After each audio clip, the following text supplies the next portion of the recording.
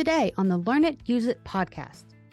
So, what have you learned, good and bad, about leading your team through change? Because the truth is, most people don't like change. It's hard.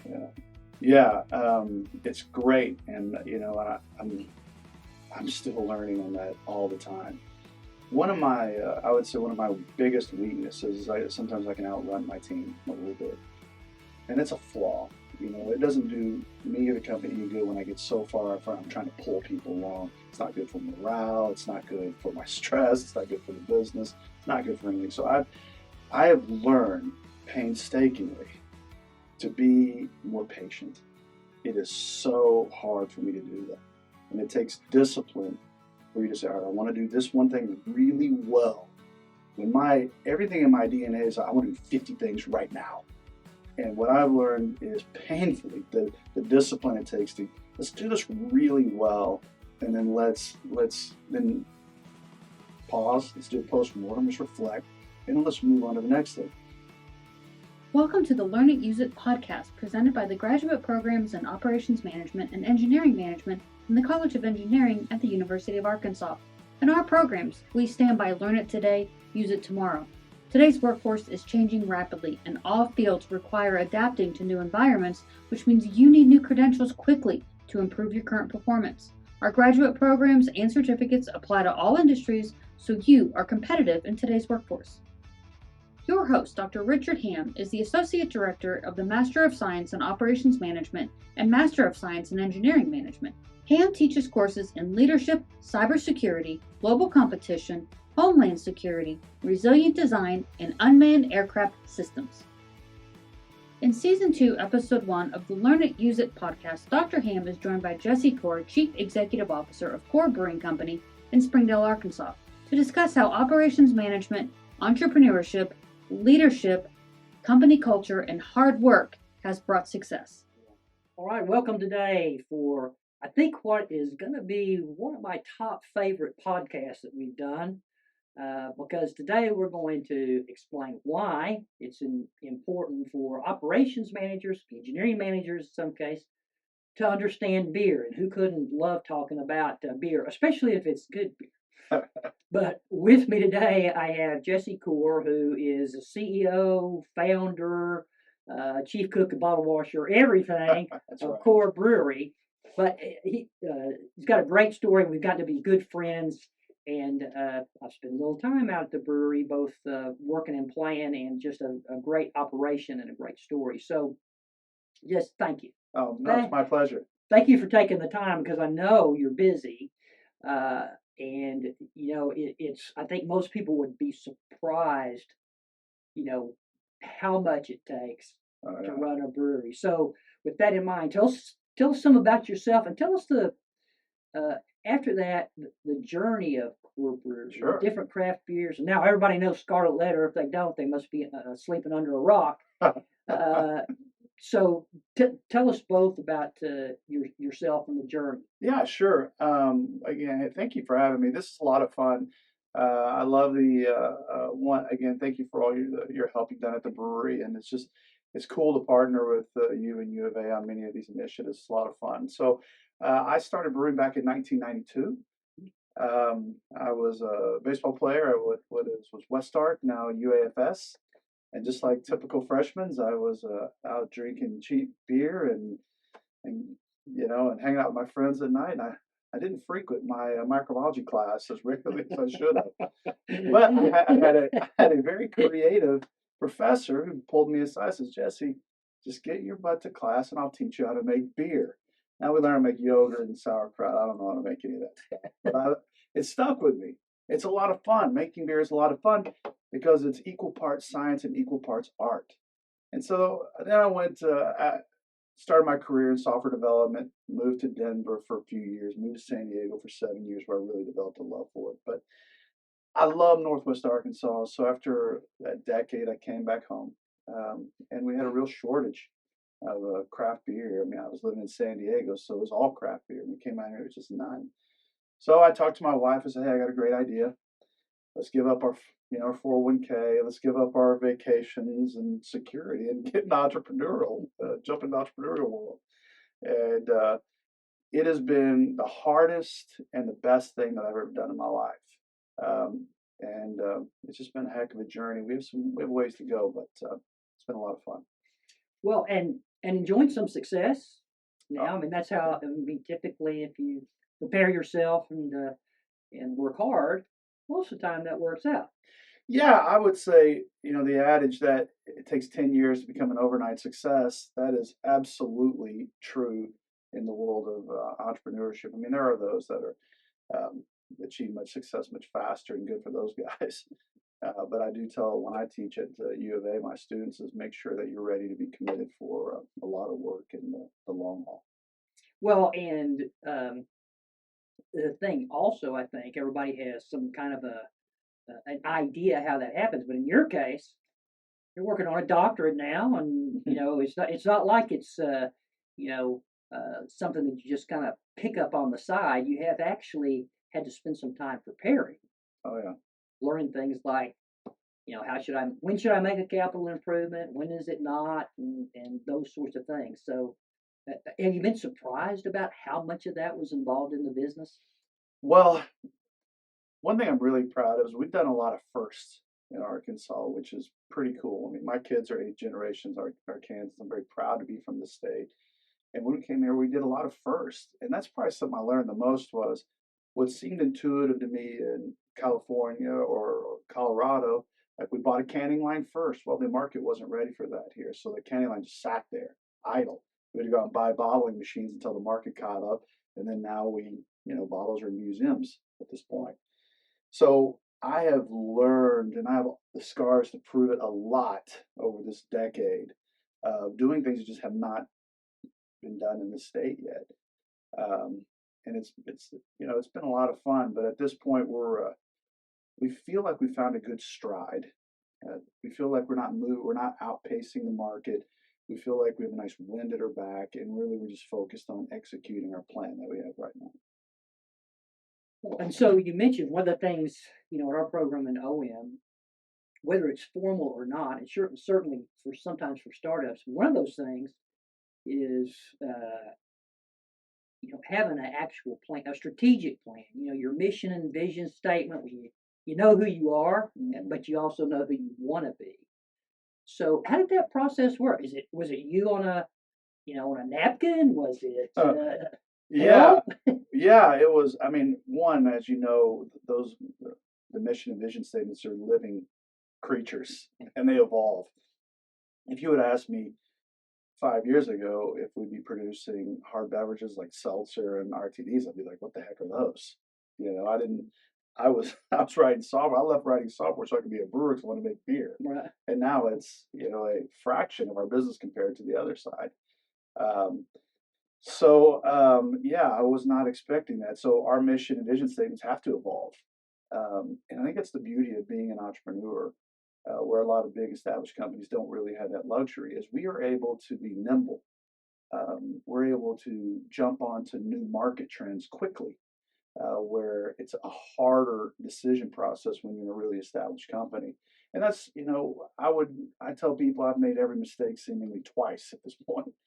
But one thing that we are pretty good at is innovation and recognizing new trends and getting active in that. Well, and that agility is kind of the key, right? 100%. I mean, if you're not moving, you're dying, kind of thinking. In this business, I think it is for sure.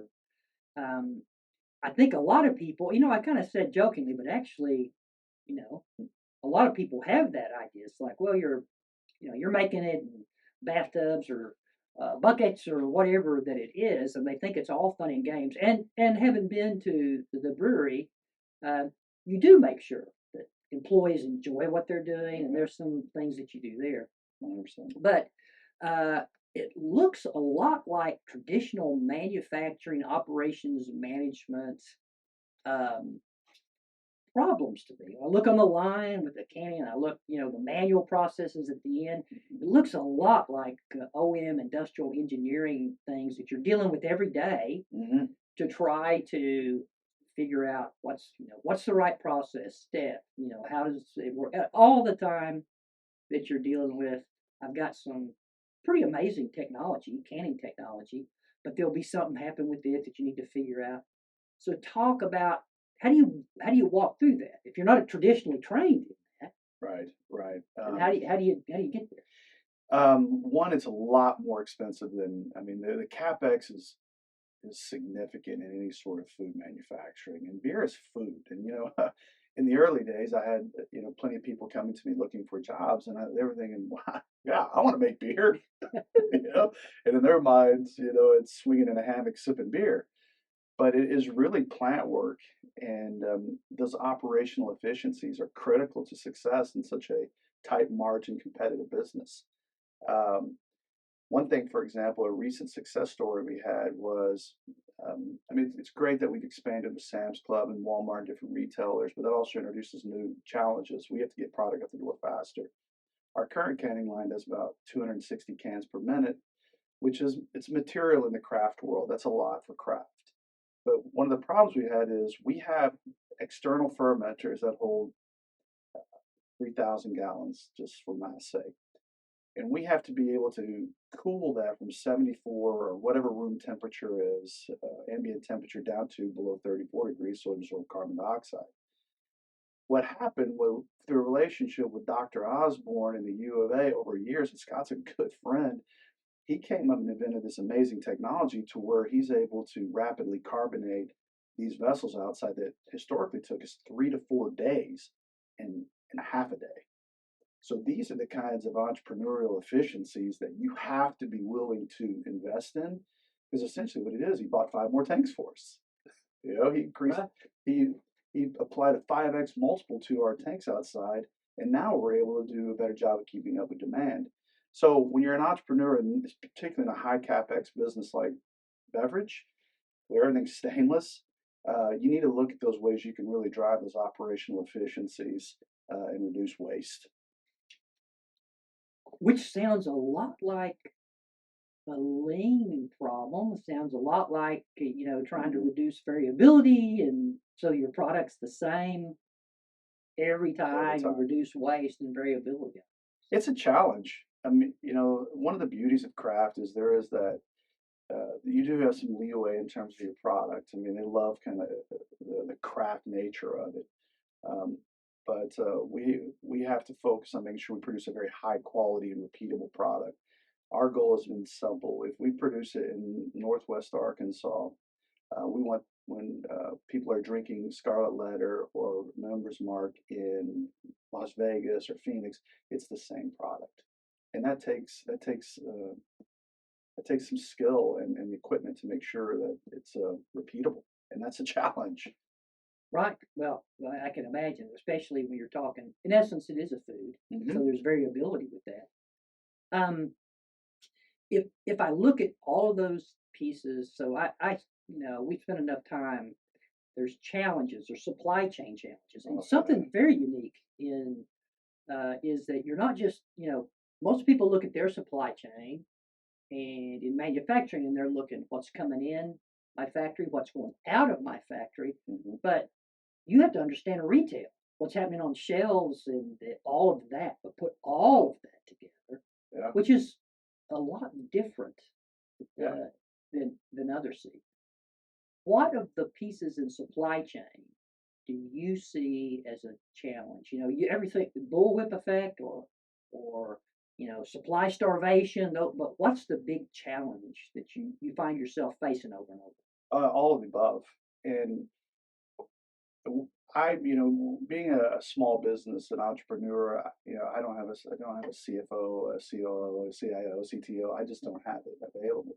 So I work closely with my directors, and we have to manage these things because there's one thing that's guaranteed to be scarce in small business. It's cash. And so it would be cash and space. I mean, at this point, our 20,000 foot facility is packed wall to wall.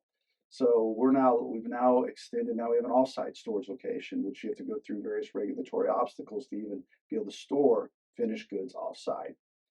I would say the supply chain challenges we have are, one, making sure that we do not overextend ourselves and go long on inventory, because now you start looking at cash shortages, which is critical. So we have to play that very fine game of buying just enough that you need to fulfill demand without driving that scarcity. And then all of a sudden, and hey, we miss sometimes. We miss. I mean, a couple weeks ago, we missed. We had a particular component of scarlet letter that was supposed to be in. It was 3 days late for whatever reason. Impacts our business. We missed 3 days of manufacturing. And then you start factoring all the costs that we're missing, the opportunity cost, the labor cost, the energy cost. It's significant. But we're getting pretty good at that. We're getting much better at our demand forecasting and our supply. But we have to be very, very careful to make sure that we do not run out, but at the same time do not go long. So it is a very tough challenge that we continue to get better at every year. I wonder what the future will hold for some of that, because we're struggling in academia, and not just us but others, about what kind of things, what kind of advances in forecasting and others AI will help us do. And it's like anything else. If you used it correctly, you put the inputs and constraints in correctly, it should do pretty good.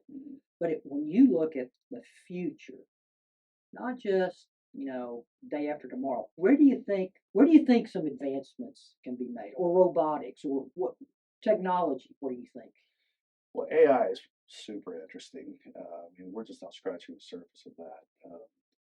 And you're going to find it more mainstream. And I mean, I'm incorporating that in some of my work in my dissertation with shelf space elasticity in adult beverage. So that is going to continue to evolve. From a technological standpoint, it's expensive for small breweries to do. I mean, when I think about something really cool is when my good friend Rich brings a drone, flies it up the top of one of our tanks to evaluate whether or not we have a leak in a tank.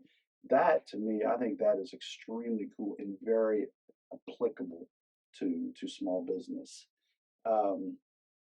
So It's fun too. it's just, I mean, I'm kind of a nerd.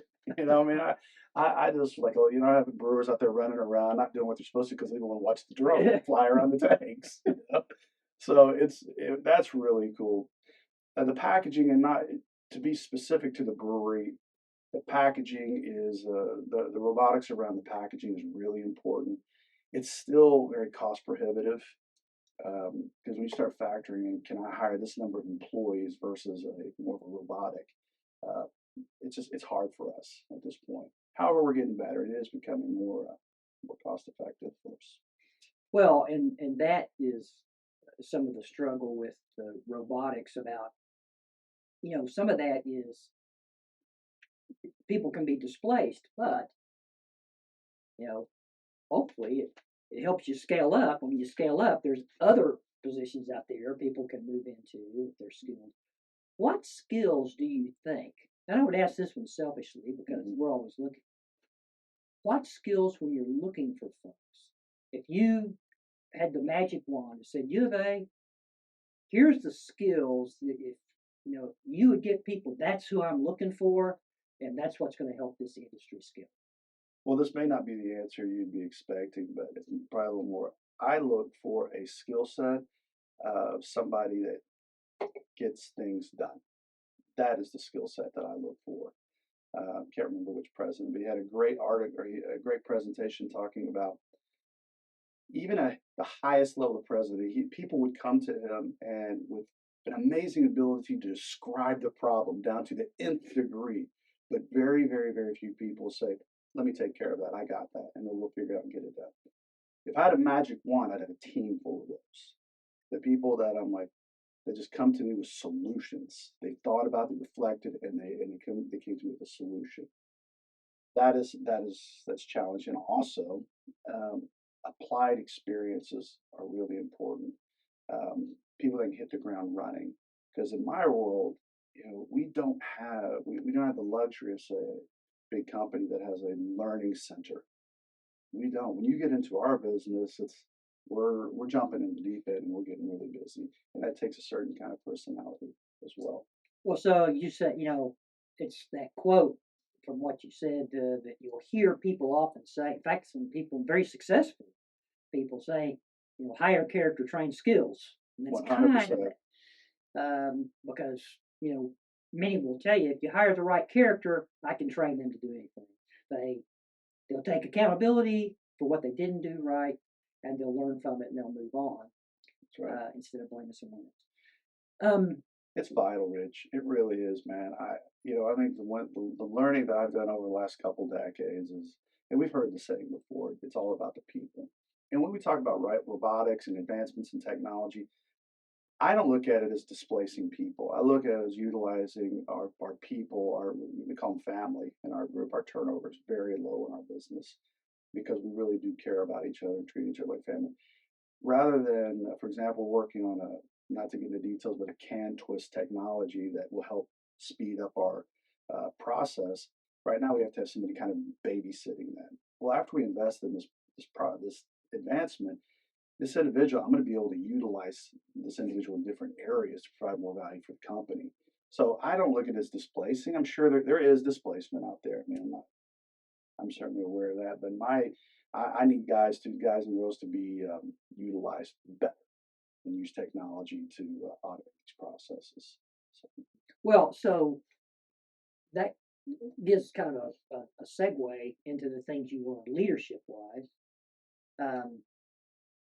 Unfortunately, it's like this, quote on evaluation. I always tell people for years is, you might look at me when I was young and say, he doesn't make the same mistake twice, although I do. He doesn't make the same mistake twice, but he's made all of them once. and that's the understanding that and working with folks when the leadership piece. So I've been there and I've seen the camaraderie of your folks on the line and that relationship. What have you learned about that? Because there's a lot, there's value in taking a leadership course to start and evaluate yourself, but then you learn those things along the way. What have you learned about how to lead your team and to get them on the same page? I would say probably the best leader that I've ever. When I worked at Tyson, Donnie Smith was the CEO of the company. He would post things out like engage the fruit. He really recognized that the heart and soul of the company was based on those on the line. That is where the money is made. The administrative offices, the sales, the whatevers, the money, they need to recognize that the money is made on the line. And so what I like to do is I have a desk and they don't see me as a big brother down there oversight because I've earned their respect that I'll get in, I'll work on the lines with them. Nothing's below me. I'll be the first to take out the trash. I'll be the first to pack boxes. I think that form of leadership is dead. And if not, it should be. If you're not willing to get in there and get dirty with your team and show them that you lead from the middle of the pack, then you need to update your leadership style, in my opinion. Because in this world, the autocratic form of leadership just doesn't resonate with the people that I work with. Well, and more younger, the current generation's coming, it really doesn't resonate with them. That's not been their experience, and it's not their expectation. So, right. Have you had to make adapt to that? Because you have some younger folks. Sure, and I'd say what I've probably two of my definitely more important employees or higher up employees started off as interns in my company, and they were young, so they got to grow up, and I got to mentor them up to the point the positions they're at now. I learn as much from them as they learn from me, and I really lean upon their expertise. But I think it is critical as a part of our company culture. Like today, for example, we have new sales reps in packaging line filling boxes. It's important. If they don't do that, we're not going to have the cohesive type of family that we want. That is really firing on all cylinders. They have to be able to understand what the production team is doing in order to be the type of employees or leaders that I want in the company. Or otherwise, they promise they're writing checks you can't cash if they don't. That's right. That's right. And it does a lot for culture. When you're down there filling boxes or working them, it's hard, man. I would encourage anybody to come visit me at the brewery. Send me an email, jesse@corebeer.com. I'm easy to find. Come see me. And it's really hard work. People think if you have this misconception of brewing. Well, brewers, Well, in the summertime, which is the busiest time of the year, if you look at the seasonality, they're in there boiling massive vats of liquid. It's not like not like we're running the AC in there, you know. So they're just in there hot. And the same in the packaging line. They're going as fast as they can. So from my end, anybody who wants to move up in my organization has to pay their dues down in production. Well, I think we're seeing that more and more. I've mentioned to you a couple of people we've had on the podcast that said that very thing. You know, if you want to be an engineer here, then you got to work on the line. That's right. And so they work on the line for a while and then do engineering, and they kind of understand what they're signing people up for. You identify the type of people. Culture is so important, and I think culture is not important. It's everything in your business. So you'll learn a lot about people when you put them in situations that maybe they're not super comfortable. I think that's a Jack Welch quote, is it? He's pretty smart guy. Yeah, he was pretty smart. He made a lot of money, but so I guess the next one thing that goes with that is, so everybody had COVID challenges. I don't know anybody that didn't have COVID challenges. How did you work your way through that? Well, first off, how did it affect you? And then how did you work your way through it? Well, COVID was very good for our business, and we're one of the unique ones. At one point, not to take 3 hours talking about this one topic, at one point we had 10 pubs in the state of Arkansas. That was kind of our business model at that point. Was if everybody was drinking it, they would try it, they'd get to know us, brand recognition. But it had a bit of an adverse effect. You know, it took away some of that. Coors everywhere. You know, it's not. It took away kind of the premiumness of the brand, which is so important for craft. Not only that, but there's so many issues that are inherent with basically owning bars across state that you rarely visit. So to make a long story short, I'm like, man, I hate this. This is no fun. This is terrible. And my wife came to me, who's been with me on this crazy journey since day one. It's like, close them. And it was a terrible experience. And when you divest out of a significant strategic move, oh, it's terrible. It's terrible. You're just teetering on going out of business the whole time. And it's so much stress and everybody's upset. It turned out to be one of the best moves we've ever made because 6 months later, COVID hit. And then we were already divested out of it. So we looked like we were clairvoyant. In fact, we got out of this thing right before COVID. Better be lucky than be good sometimes. That was something that we look back and go, wow, we missed the bullet on that. Oh man. And then at that point we got to show what our real strength was, which is product development, distribution, manufacturing. And when everybody went home, they were buying stuff in stores. They weren't going out. So when on-premise sales just collapsed for the majority of the industry, making as much as we could produce because people were taking it home. And that was really kind of the launch of Scarlet Letter as well. So it all came together at that point. Oh, really? Pandemic helped to Absolutely. Really? Mm-hmm. Well, so it's interesting because what you just said is I guess, a great example of others that you see where they'll do a SWOT analysis, and you can see these great companies that go out of business. They do a SWOT analysis, and then they spend all their time trying to work on the W. And and every Jack Welch, they'd say, stop worrying. Don't worry about your W. I mean, unless it's a competitive issue, then deal with it. But focus on your strengths, right? 100%, man. Yeah. And don't be afraid to say, we're just not good at this. This is not our deal, and so we need to get back to our core. Absolutely. No pun intended. I like that. Get back to our core. Well, with that, so what that means, and one of the classes we have in OM is leading change. So, just in a few minutes here, you're talking about a lot of change. Kind of as Scarlet Letter came up, and then as you automated more things. So, what have you learned, good and bad, about leading your team through change? Because the truth is, most people don't like change. It's hard. Yeah, it's great, and I'm still learning on that all the time.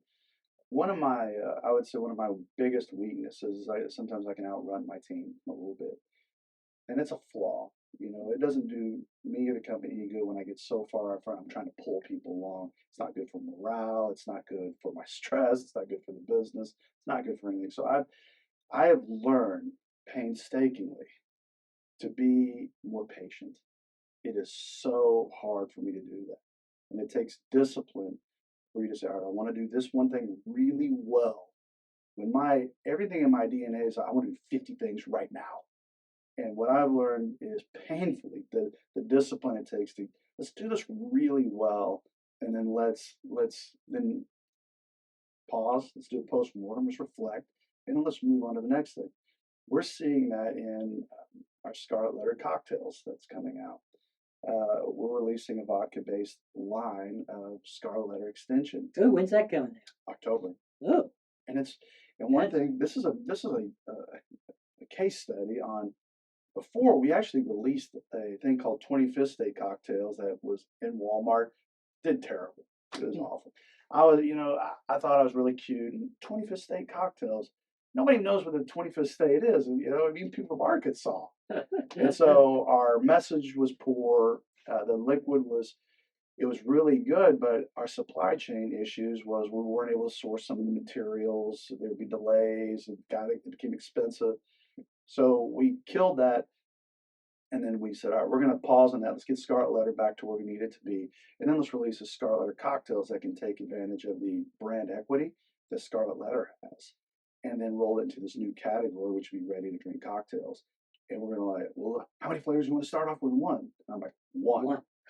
One really good one. And it's really good. I'm very proud. I think people are going to like it when it comes out in October. Well, I'm gonna have to come out there and try that. So that Done. So the you just brought up something I think that reinforces what you said earlier. So, but the very thing that forces you to do that strength, which is agility. I mean, sometimes you have to say, this didn't work, and let's just pull back. And I see some of these international and national brewers that are very big, and it's like, man, once they're in, it's like it doesn't matter how bad it is, they're just they're going to ride it into the ground. Oh, And so, but you're saying, hey, part of success is recognizing when it's not good. man, one of the breweries that kind of got me started was Anchor Brewing Company out of San Francisco. I mean, I remember my brother Andy Core he's like, try this. And I'm like, wow, that's amazing. It's America's oldest brewery. Anchor Steam, Anchor IPA, all Anchor Liberty, all these amazing beers. That brewery just went out of business after it's like 120 years old. I look at it, and I'm sure there's a million reasons why, but it really, what I'm from looking from the outside, is it really didn't evolve. It's still producing the same bottles, and I don't know their inner workings, but in this space, in today's environment, if you're not innovating, you're dead meat. It's just a matter of time. And so there is that fine line between where my DNA is try a million things, to innovate, but also do so with some discipline and do that thing really well, and then move on to the next thing.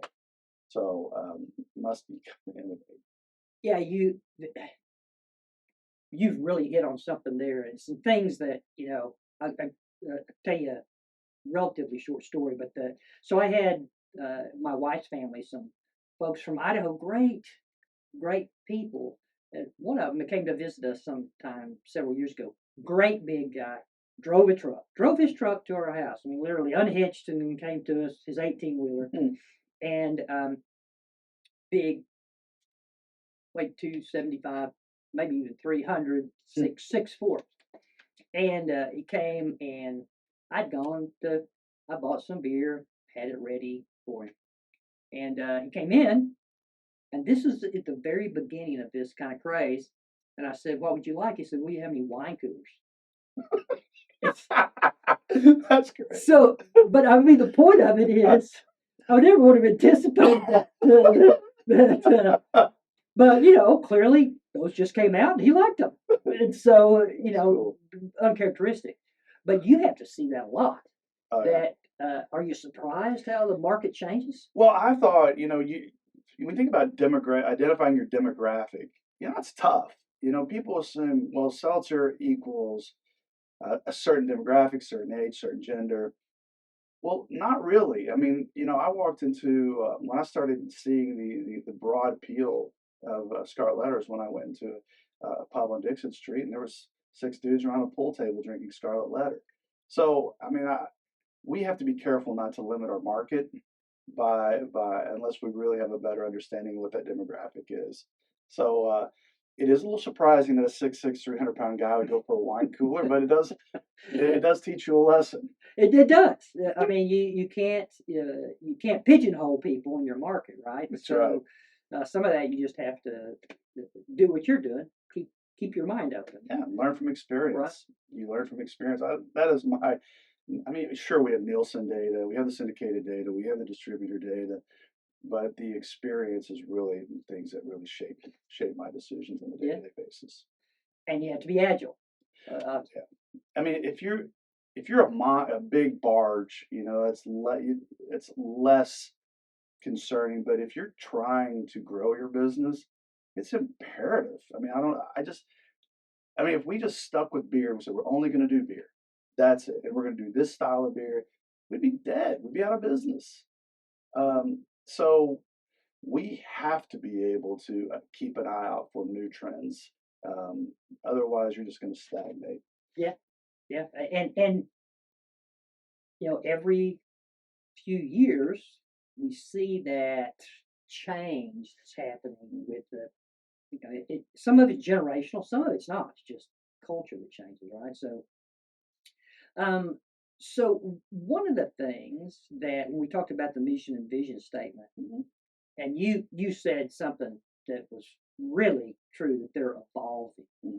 So I wouldn't ask you to share proprietary or anything, No. but what do you think your vision statement is now? I mean, if you were going to paraphrase where it's going, where do you think you're going? Well, I think my mindset has changed over the last 10 years from, growing up in software, particularly during my career was during the dot-com boom. Business was very transactional. It was like, we're going to ramp it up, sell it, ramp it up, sell it, and then you go through your MBA program, ramp it up, sell it. That has changed a little bit to me. I mean, now I just turned 50, and one thing that I've learned is I really, I was talking to my wife one day and she's like, Jesse, if you sold this business transactional, what would you do?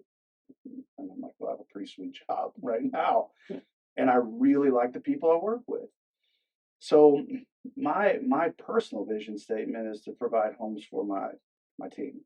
I want them to have homes and grow and succeed to the best of my ability. And then I would say, and it's interesting because we are rewriting our mission statement now, and I'm having the team help me develop it. Because one thing I teach my classes in new venture development is any business that you're in, no matter what, it should all be founded on being an empathetic organization. If you're not viewing it from the lens of being empathetic, in my opinion, it's a mistake.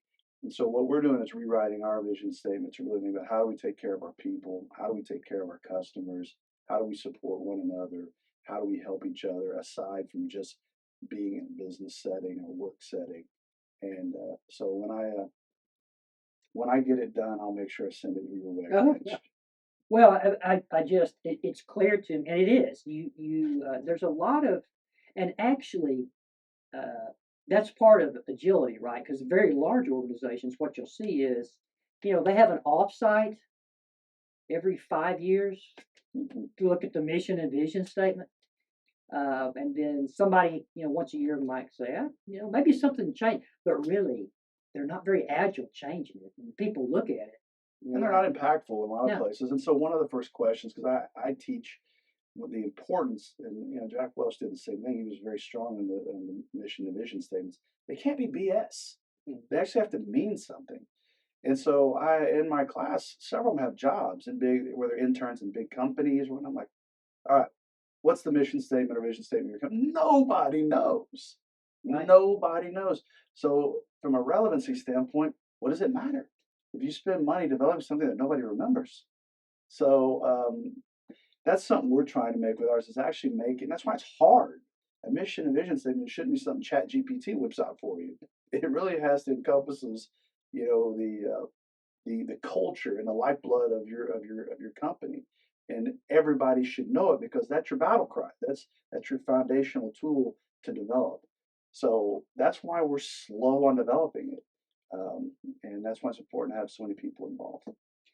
Well, I had the opportunity many years ago to see Jack Welch speak, and he said something that was kind of impactful. He talked about in his office he had, and it wasn't labeled mission and vision statement, although he talks in formal terms too. But he said he always had something that said who we are and who we want to be. That's what they are, right?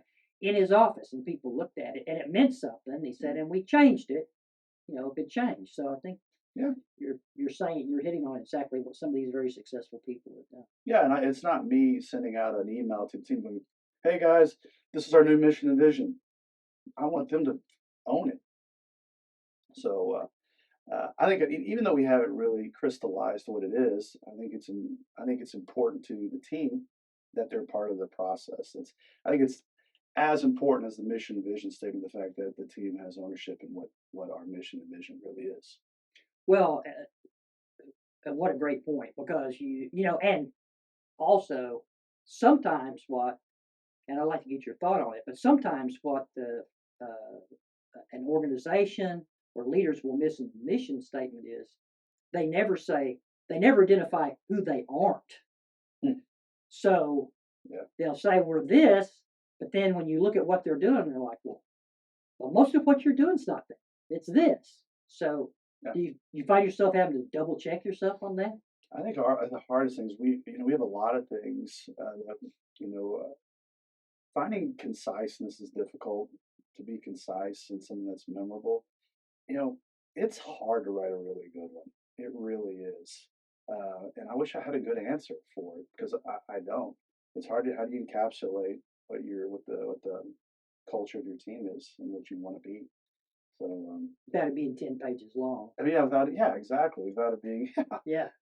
So I think I'll share it with you when we get to a point that we all feel good about it. We'll probably have a few beers in the process, and Sure. it helps with stimulate some creativity. Well, it's interesting because I've been there when we, you know, didn't have anything to drink before we flew, but I flew, and after the mission was over, had a beer. And we talked about some of these concepts, but your team, people, at all levels of the team would come there and share ideas, or there's little things you notice. Mhm. I notice your team comes up to you, and one of them saying, "Hey, I saw this today." You know, what's the value in that? In other words, you work hard, but you play together too, or you have those kind of. Can you Yeah, talk to that and leadership value of that? sure, sure. Well, one, I truly don't. I mean, down to my DNA, and I don't want to sound disingenuous. I don't feel like I'm better than the people that are working in any part of my company. And people that truly know me know that's a fact. I really I want to make sure when I'm talking to them that I understand what's going on with them personally if they want to talk about it. I'll joke with them. It's a good thing that we don't have a massive HR department. Yeah, can you delete that? That part right there. I'm in charge of HR, but I think the people on my team know that they can come to me with anything, and I'm not going to judge them. I'm not going to beat them up. And I think I've I've earned that over the years. But they also understand expectations, and I don't have to discipline them because they feel bad if they don't if they're letting the team down, and that's the culture you want. We have a stand up meeting every day where I go in front of the team. We look at the schedule for today, and I'm like, guys, it takes 5 minutes. This is what we're doing today. Do you guys need anything from me? And it's usually a couple minutes later, we all get to work. If somebody rolls in late or something, you can just see that they're bummed out that they're late. They don't want to let the team down, and that's the culture we want. And it's working. It's working, and I just try to help people um, be happy and have a good sense of purpose in what they're doing every day. So, do you actually call it a stand up? Mhm. And does everybody stand up? Mm-hmm. So you know, military background. That's how I grew up. We did that forever. You'd stand, literally stood in front of the board. There was an activity board, whether it was maintenance or the rest of it. And 5, 10, if it went to 15 minutes, somebody probably has a problem. There's problems. Yeah. But just that connection at the beginning of the day, you know, I had a great mentor that said, you know, if you're really successful, you'll spend 5 minutes at the beginning of the day figuring out what you're going to get done that day. Well, this was the group spending 5 minutes saying, this is what we're going to get done today, and kind of defining what success would look like for that day. So I love that. It's a great point, Rich. Yeah. I mean, what I try to tell the team is get your work done and go home and don't think about work anymore. Just go home. So last week was a really kind of a little bit of a breakthrough. We have our stand-ups at 8:30 sharp. By the time I got there, and I was there for the 8:30, everybody was already running. They'd already basically had a schedule done. We didn't need to have my stand-ups walking around said, good job. You know, last thing I want to do is have a meeting to interrupt their productivity. Right. So that to me was a really good feeling that they amongst themselves saw the plan, didn't need to wait until the 8:30 stand up, and they just got to work and knocked it out. That and then they leave and they feel successful. Ultimately, everybody just wants to feel successful, and so the morale is very high right now, and we're doing 2.5x what we did last year. So and learning, gaining a lot of new muscles. So that was a cool experience. Well, and that just, boy, we could do 2 podcasts just on the leadership piece and how you bring that together. But one of the things that I also noticed when I was there was that you actually can see folks on the line enjoying themselves, and you know, it's hot. It's hot. It's tedious. It's hard work. And some of the machines are loud, but they're interacting, talking to each other, getting the work done. But the culture is that they like it. They're doing things that have never been done in the state. And I keep a part of what I have to do. I think any leadership has to do is disseminate information, the wins. Don't assume that because they're lower in the organizational chart that they won't understand. They want to know big picture stuff too. They want to know the big wins as well. And when I'm like, guys, do you realize that we're producing more that's ever been done in the state? Do you realize that we're in more states than any craft beverage company in the state's ever produced? Do you realize that you guys did 250 barrels in one day? That hasn't been done before, you know, and they love that. And that recognition and that sense of pride is really what drives this group. It's interesting, no matter how many times I've heard it, no matter how many times I've seen the research, the truth is when people have retention problems, is a consideration. People have to feed their families. Sure. But it's not the number one. No, it's not. People stay in a job where they might be able to go somewhere else and make a little bit more money, but they're happier. Their quality of life, they feel like, is more so. It's just an important thing. I have one of my critical employees. His name is Ivan. And Ivan has a degree in psychology from U of A. He could go do something else, but he works on the packaging line as such a critical piece because he loves it and he loves being a part of this team and he recognizes his worth and how important he is to the company. And he has this amazing ability that if he's done with something, he is not the type of guy that stays idle. He will go find some other person to help. And I just look around, I just feel a lot of pride by having someone like that in my organization that he could absolutely go work somewhere else and make more money.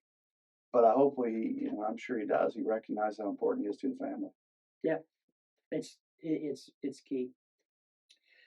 Well, let me kind of shift a little bit towards because it's going to be different. The discussion on engineering management and the OM pieces. Most people that are operations management, especially in traditional IE or OM, industrial engineering or operations management and manufacturing, they immediately see this. But one thing, engineering management, that's traditionally more technology. Aerospace is where everybody talks about it, right? Because you're designing new airplanes and R&D. But there has to be elements of that to figure out, all right, well, on paper, this looked like it would be really good, but we tried it and it wasn't that good. So it has to be some things when you transition, like Scarlet Letter, when you did that. Talk a little bit about that, about what it takes to do that kind of test and evaluation piece to bring it into the manufacturing part of the Sure. company. My background in software, one thing I learned from that is simple is good. If there's less moving parts, that's great. Um, so we've done a good job of eliminating, we'll call it over engineering in our facility and streamlining operations. That is one area, and making it simpler, easier to maintain, less parts are breaking, easier to do the preventative maintenance on it. So streamlining that is a very important part of our business, and also working with really smart people. Um, again, I mentioned Dr. Osborne Scott is that partnership with him and the university brings us some really smart people that help us discover issues with our gas flow, our carbonation strategies, um, wastewater, and all these engineering challenges that have material value to the practitioner, the entrepreneur. That is what I really look for is, I want to spend the time, I want to invest in it, but it has to make sense for the business. Um, and what Dr. Osborne and U of A have brought to uh, to my business has been incredibly valuable. Well, and that's a partnership a land grant should be doing, especially when you're doing the kind of things that you're doing in the state. I love to hear it. Like we can track our family early 1800s to Arkansas, long before that. But I mean, we're 8, 9 generations in too. So I like to see an Arkansas boy do Well, yeah, it. yeah. And you're one of those. It's pretty cool. My son he's going to honors engineering program at U of A, and so I'm really proud of him. It's an amazing program, and um, it's a family business. That's one reason why I think about my perspective has changed a little bit from transactional, and who knows what the future holds. Um, but when I see my daughter, who's now going to high school, she's going to go to Harvard, she's labeling boxes, and my son's working on the packaging line. It feels really, really good to be a part of that family business and that they get to see it. So I've lived in a lot of areas in the country: Miami Beach, San Diego, Boulder, Amarillo. Yeah. Yeah. And I tell you, this area right now is truly special. It is. It And really is. it does a great job of kind of incubating this kind of environment Oh yeah, for people want. absolutely. So we're coming about to the close here, but let me just say this: what did I not ask that I should have that you think is important to understand Mhm. um, about the business and about the things that maybe would be surprising to people? But what did I not ask? Um, and again, first thank you for having me here. I love talking about this. I think toward now I'm on the back nine of my life. My what I really hope to do is, and that's why I like to teach at U of A too in that class is, any of my students, they're all bright enough to be able to read a book on entrepreneurship. So what we're going to talk about is the experience, how the scars, how to avoid the scars, how to recognize opportunities. One of the things I try to teach them also is, man, this is hard. This is really, really hard. You can't have, and if you're going to be an entrepreneur, you can't have one foot in and one foot out. You're in. You're in. And not only are you in, your family's in, everybody is in. And so one question you have to ask is it worth it? And I can tell you there's probably 797 times I'm like, what the heck am I doing? Man, I love working in a corporate environment and having it sounded so much easier. But I can tell you right now, after all the hard stuff, after all the pain, after scars, after being 29 minutes away from going bankrupt, uh, it's absolutely worth it. Because in an entrepreneurial setting, you get to do something that's never been done. And that's what we're doing. Well, and several of us are the benefactors of that. Now I'm drinking Scarlet Letter, or soon I hope to try this this new cocktail that you have. I'm looking forward to that because I don't like mixing cocktails. I like to just it'd be great to pour it out and have it ready to go. Right? All you need is ice. Oh That's well, it. that's what I'm all about. You gotta get rid of all those steps that don't have non-value added steps, which ice is non-value added. So it's or We're streamlining your drinking oh, there you experience. go. There it is. It's a lean It's a process. lean process. It's a Lean Six Sigma process where you're doing. Well, Jesse, thank you so much. I know you're busy. I've been there. I know you've got production to do, and you want to be there with your team. And so for you to take time to come and share it with us, I think it's important. And I think it's important for other people to hear and be encouraged that with some preparation, working hard, and focusing on some foundational things, some core things, we'll Yeah. say, then you can end up being successful. So thank you again. Well, it's my pleasure. I mean, this is very important to me to do stuff like this, and it's just a lot of fun. So if again, I mean, I'm not hard to get a hold of. Shoot me an email, jesse@courtbeer.com. If you want to learn more, you want to talk to me about it, you have questions, you'll find that I'm pretty much an open book. And Rich, I appreciate your partnership and what you're doing, and thank you very much for having me. Well, I enjoyed a lot. So, all right. So that concludes this podcast. I didn't think this wouldn't be one that was very tough to sell people. Why it's important for operations managers to know a lot about beer, and so now you know more. But anyway, join us for the next podcast. We'll see you next time. Thank you for listening to today's episode. Before you go, if you enjoyed today's conversations, would you mind leaving us a review on whatever podcast platform that you're listening on? Our goal is education and helping people improve their professional skills and knowledge to advance in their careers, and positive reviews help others learn about our programs. Thanks, and we'll catch you on the next episode.